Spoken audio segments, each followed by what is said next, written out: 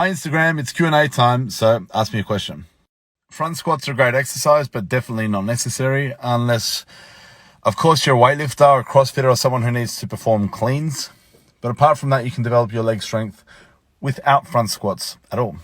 I've not heard of Enson's linear progression, but linear periodization is a very simple and effective model that will definitely work for beginners.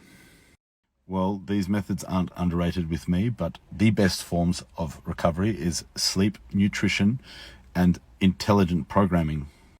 Yes, my strength system online caters for a lot of different styles of training, and I do have program variations with all of the exercise equipment that you've mentioned in this post, so yes.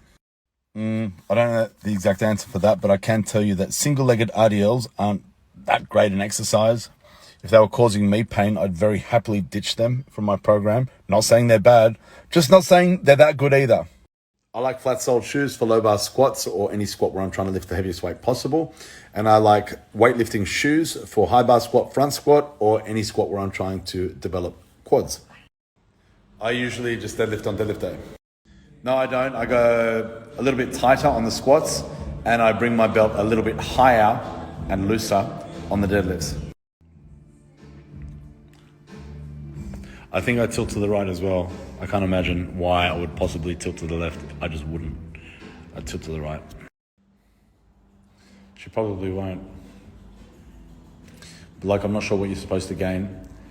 I'm not sure what you're supposed to eat. Like the poo? That wouldn't be nice.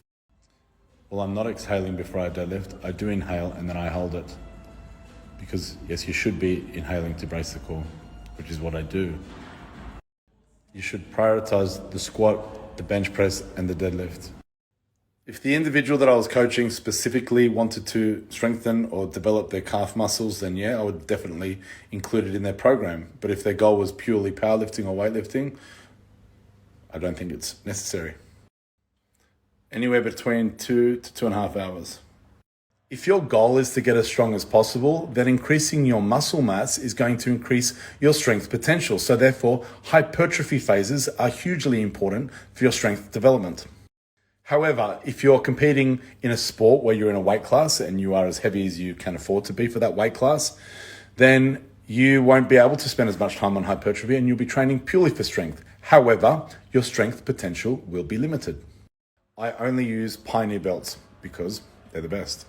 The most ridiculous thing that I ever heard in the gym, or actually anywhere in my life, was when Dinny J told me that she would beat me in a 100-meter sprint race.